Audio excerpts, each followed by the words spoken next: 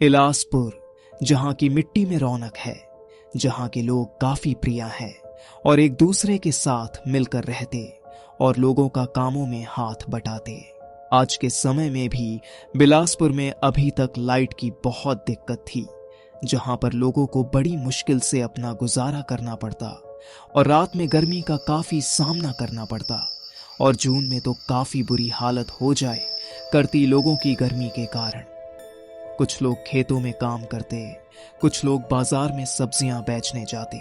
गांव के बड़े बुजुर्गों, नौजवान सारे चाय की दुकान पर इकट्ठा होकर गप्पे लड़ाते और बातें करते और हर बार की तरह आज भी सारे लोग चाय की दुकान पर बैठकर गप्पे लड़ा रहे थे।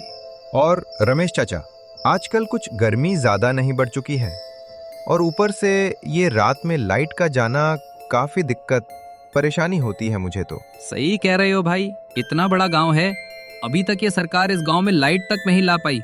क्या फायदा इस सरकार का। तभी चाय की दुकान पर डॉक्टर साहब आते हैं जो उसी गांव के डॉक्टर थे। सही बात है भाई, ये सरकार ने भी कुछ नहीं किया और ये लाइट जाना तो अब तो रोज का हो चुका है। अरे डॉक्टर साहब, आप बैठिए, मैं आपके लिए चाय लगा देता हूँ। नहीं, चाय की कोई जरूरत नहीं है। मैं तो बस रात के समय में आ जाता हूँ जब लाइट चली जाती है। घर पर अकेले मन भी नहीं लगता। सही बात है डॉक्टर साहब, और आपके आने से यहाँ पर रौनक आ जाती है और आपके किस्से सुनने का मजा ही अलग है। हाँ डॉक्टर साहब, आपकी कहानी और किस्से सुन के मजा ही आ जाता है। हाँ, वो तो पता है मुझे, तुम लोगों मेरे किस्से कितने अच्छे लगते हैं।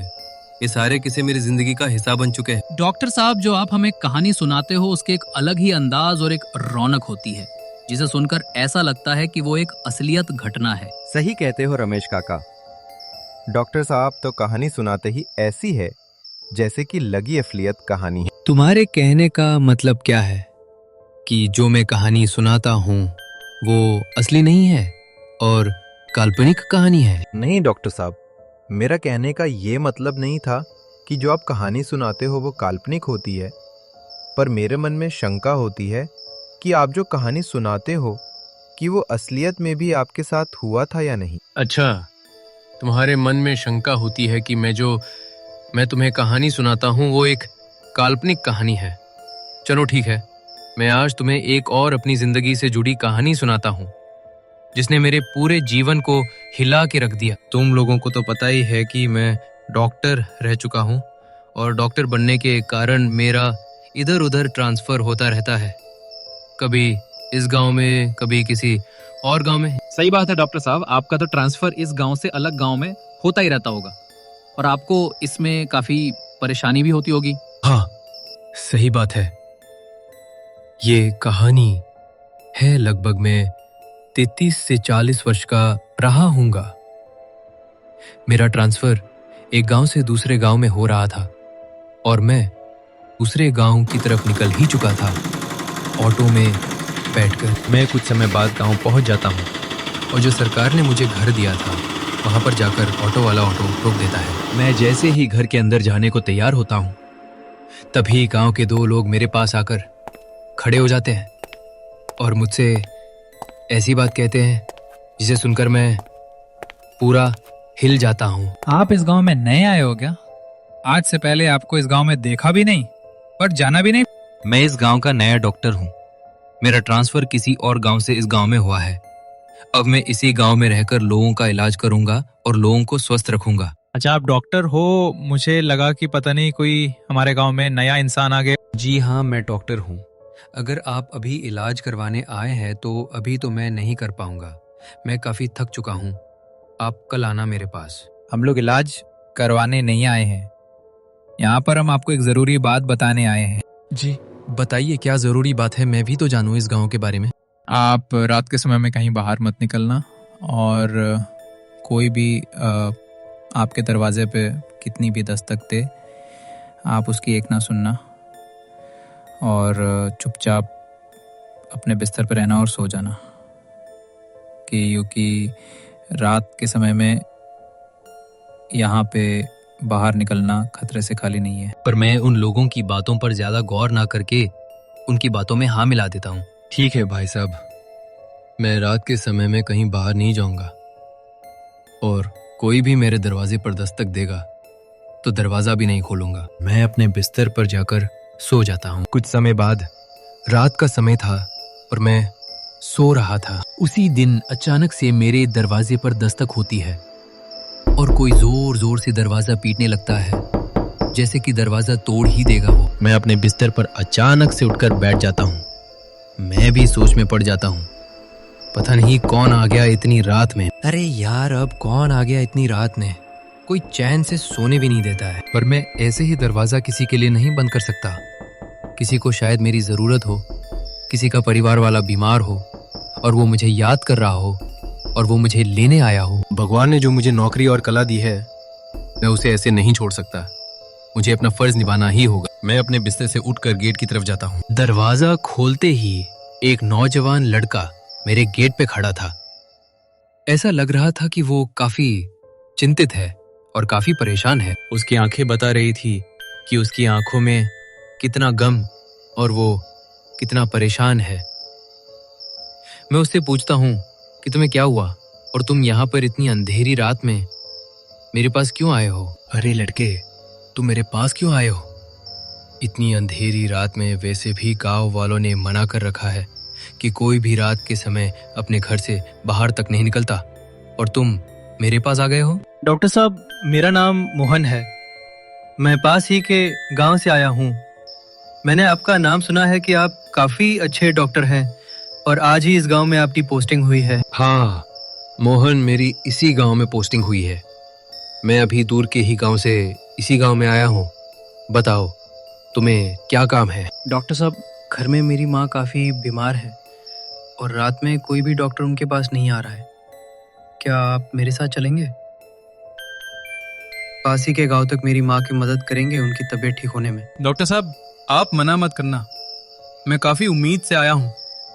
आपके पास नहीं तो मेरी माँ की आज जान भी जा सकती है। ठीक है मोहन, चल देता हूँ। मैं तुम्हारे साथ पास ही के गांव में, और काफी दूर तो नहीं है तुम्हारा गांव। डॉक्टर साहब, दूर तो है मेरा गांव, पर हम लोग जंगल के रास्ते से चलेंगे और काफी जल्दी पहुंच जाएंगे।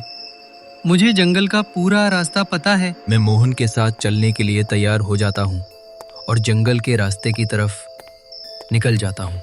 मैं और मोहन जंगल के रास्ते की तरफ निकल जाते हैं और धीरे धीरे जंगल की तरफ चल ही रहे होते हैं। उन जंगलों के बीच में मुझे काफी बेचैनी सी हो रही थी और मेरा मन काफी घबरा रहा था।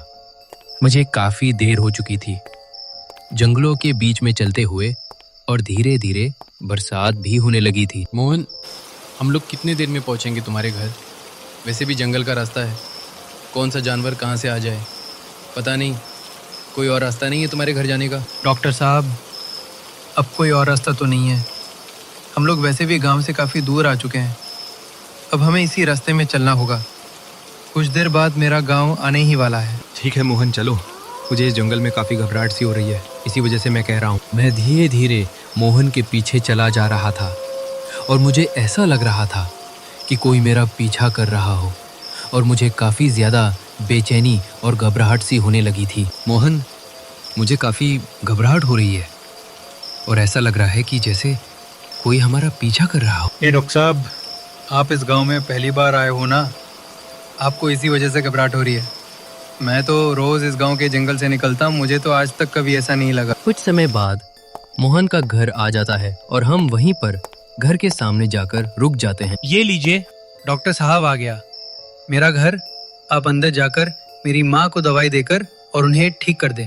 मैं घर के अंदर जाता हूँ और मुझे बिस्तर पर लेती एक बूढ़ी माँ और सामने खड़ा एक बूढ़ा बाप दिखता है। डॉक्टर साहब, आप इतनी रात में मेरे घर का पता किसने दिया?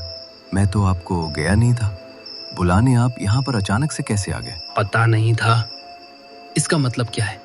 तुम्हारा बेटा मोहन ही तो मुझे लेकर आया है यहाँ पर, और वो घर के बाहर भी खड़ा है। मैंने उससे इतना बोल अंदर आने के लिए, पर वो आया नहीं और ना ही उसने मेरी सुनी। मोहन ही तो मुझे यहाँ तक लेकर आया, पूरे जंगल के रास्ते से। आप मोहन को घर के अंदर लेकर आओ, वो घर के बाहर ही खड़ा है। वही तो मुझे इतनी दूर तक लेकर आया। ठीक है डॉक्टर साहब, पहले आप मेरी पत्नी को ठीक कर दो, तभी मैं आपको सारी बात बताता हूँ। मैं मोहन की माँ की नर्व चेक करता हूँ और उन्हें दवाई देकर आराम करने के लिए कह देता हूँ। उन्हें काफी तेज बुखार था और काफी तेज सर में दर्द भी हो रहा था। अब आप बताइए मुझे, मोहन इतनी देर से घर के बाहर क्यों खड़ा है और वो घर के अंदर क्यों नहीं आया? डॉक्टर साहब, मोहन इस दुनिया में नहीं रहा। उसका 2 साल पहले सड़क दुर्घटना में निधन हो चुका है। आप क्या कह रहे हैं मोहन? अभी तो घर के बाहर ही खड़ा था और उससे मेरी बात भी हुई। नहीं डॉक्टर साहब, मोहन की आत्मा थी। वो 2 साल पहले गांव से बाहर डॉक्टर की तैयारी करने गया था, पर घर लौटते समय उसके साथ ये सब हो गया। अब मोहन हमारे साथ नहीं, पर वो माँ से बहुत प्रेम करता था और मोहन का ही प्रेम आपको यहाँ तक ला पाए। ये सारे गांव वाले कहते हैं कि रात के समय घर से बाहर मत निकलना। ये सन किया है। हाँ डॉक्टर साहब, वो तो आपके साथ मेरा बेटा था, इसलिए आपको कुछ नहीं हुआ। नहीं तो रात के समय इस गांव में भूत का साया है जो लोगों का मार देता है। अब मुझे सब समझने आ गया था कि ये सब मेरे साथ किया हुआ था। ये थी मेरी कहानी, मेरे जीवन को हिला दिया। चलो मैं भी सोने जाता हूँ, लाइट तो आ चुकी है अब।